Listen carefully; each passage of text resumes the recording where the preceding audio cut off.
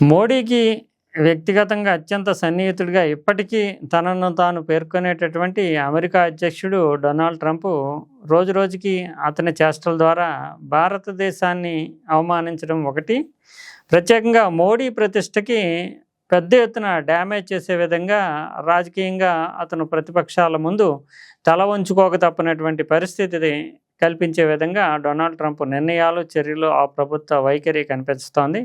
ఇది ఖచ్చితంగా విశ్వగురువుగా తనను తాను అంటే ప్రత్యేకించి భారతీయ జనతా పార్టీ ప్రచారం చేసేటటువంటి మోడీ ఇమేజ్ పెద్ద ఎత్తున మసకబారిందనే చెప్పాల్సి ఉంటుంది.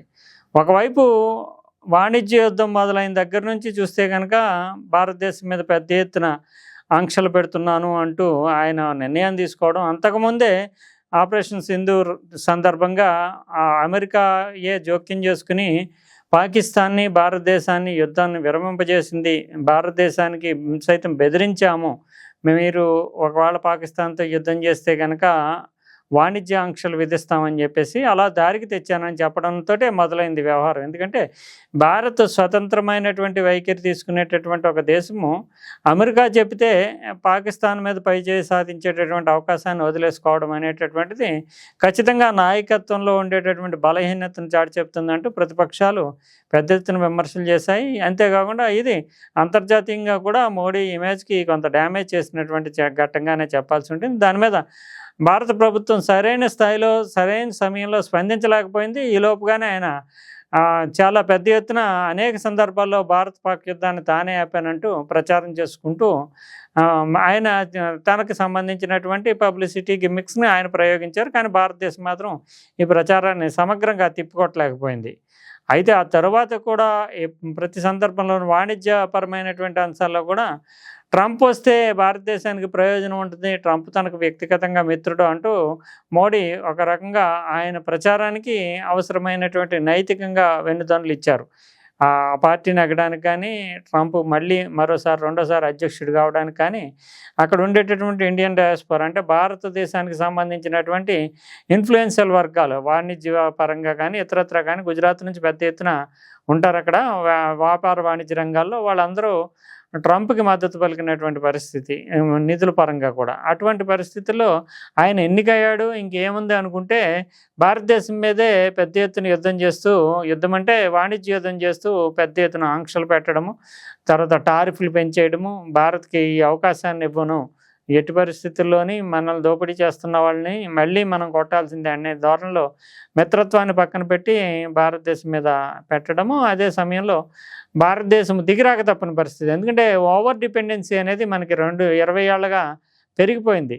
మన ప్రజలంతా అక్కడికి వెళ్ళి ఉపాధి పొందడము, తర్వాత ఎక్కువ వాణిజ్యం మనం అమెరికాతోటి చేయడం, ఇతర ప్రపంచ దేశాల మీద ఎక్కువ పెంచుకోకుండా అమెరికాతోటి రకరకాల రూపాల్లో వాణిజ్యం, వ్యాపారం, ఉపాధి కల్పన ఇవన్నీ చేయడము, సర్వీస్ సెక్టార్కి మొత్తానికి సాఫ్ట్వేర్ కానీ ఇతరత్ర కానీ సర్వీస్ సెక్టార్లో ఉపాధికి మొత్తానికి అమెరికా మీద ఆధారపడడం, ఇలా రకరకాల కోణాల్లో కాదనలేని పరిస్థితి, అమెరికాతో వైరం తెచ్చుకోలేనటువంటి బలహీనమైనటువంటి పరిస్థితిలో పడిపోయి అమెరికా అధ్యక్షుడు ఎంతగా అవమానించినా మనం దిగమింగుకోక తప్పని పరిస్థితి ఏర్పడింది. దాంతోపాటుగా వాణిజ్య చర్చలు నడవడము, చర్చలు నడిచి ఏదో మనమే సాధిస్తున్నాము, మన ప్రయోజనాలు కాపాడుకుంటున్నాం అన్నట్లుగా 18% టారిఫ్ ట్యాక్స్కి సంబంధించి ఒప్పందం కుదుర్చుకోవడం జరిగింది. ఈ లోపల అమెరికా సుప్రీంకోర్టు, ఫెడరల్ కోర్టు అసలు ఈయన చేసినటువంటి అన్నీ అంటే ట్రంప్ విధిస్తున్నటువంటి ఆంక్షలే చెల్లుబాటు కావు, ఆ టారిఫ్లు అనేటటువంటివి చట్టబద్ధం కాదంటూ కొట్టేయడం. ఇప్పుడు ఆ లోపలనే మన దేశం ఒప్పందం కుదుర్చుకోవడంతో మనం ఎక్కువగా చెల్లించాల్సినటువంటి పరిస్థితి ఏర్పడడంతో మళ్ళీ ప్రతిపక్షం ముందు అమెరికా అధ్యక్షుడు చాలా వ్యూహాత్మకంగా భారతదేశాన్ని దెబ్బతీశారంటూ ప్రచారం జరగడం అనేది జరిగింది. ఇది కూడా మోడీ ఇమేజ్ని చాలా దెబ్బతీసినటువంటి నిర్ణయమే. మరోవైపు చూస్తే కనుక తాజాగా భారతదేశాన్ని అమెరికాకి పోటీదారుగా ఎదగనివ్వం అంటూ ఒక ప్రకటన ఆ దేశానికి చెందినటువంటి విదేశాంగ శాఖ ఉపమంత్రి వచ్చి ఇక్కడ ప్రకటన చేయడం అనేటటువంటిది జరిగింది. ఇది ఖచ్చితంగా అంటే భారతదేశం ఎదుగుదల అనేది భారతదేశ విధానాలు, భారతదేశానికి సంబంధించిన ప్లానింగు, వీటి మీద ఆధారపడి ఉంటుంది తప్ప భారతదేశాన్ని ఎదగనివ్వమని చెప్పడంతో పాటు 20 ఏళ్ల క్రితము చైనాకి అలాగే స్వేచ్ఛగా మా మార్కెట్లు తెరవడంతో చైనా ఇప్పుడు మాకు ప్రధానమైనటువంటి పోటీదారుగా మారింది. ఆ చైనా విషయంలో చేసిన పొరపాటుని భారతదేశం విషయంలో చేయమంటూ ఆ ప్రకటన చేయడం అనేది ఒక మిత్రదేశం పట్ల వ్యవహరించాల్సినటువంటి వైఖరి కాదు. దీన్ని నిజానికి భారతదేశం గట్టిగా ఖండించలేకపోయింది, కానీ చైనా లాంటి దేశాలు, గ్లోబల్ టైమ్స్ కానీ ఇతరత్ర పత్రికలు కానీ, చైనా లాంటి దేశాలు అసలు అమెరికా ఎవరు చెప్పడానికి భారతదేశమైనా ఏ దేశమైనా తమ కాళ్ళ మీద తాము నిలబడి తమ అభివృద్ధికి సంబంధించి తాము తీసుకుంటాయి తప్ప అమెరికా ప్రపంచ పెత్తందారులా వ్యవహరించడం ఏంటంటూ ప్రశ్నించింది. ఇది ఒక రకమైనటువంటి అవమానం. మళ్ళీ మరోవైపు చూస్తే కనుక రష్యా నుంచి ఆయిల్ దిగుమతులు చేసుకోవడానికి 30 రోజుల పాటు అనుమతి ఇస్తున్నామంటూ మళ్ళీ అమెరికా నుంచి ఒక ప్రకటన.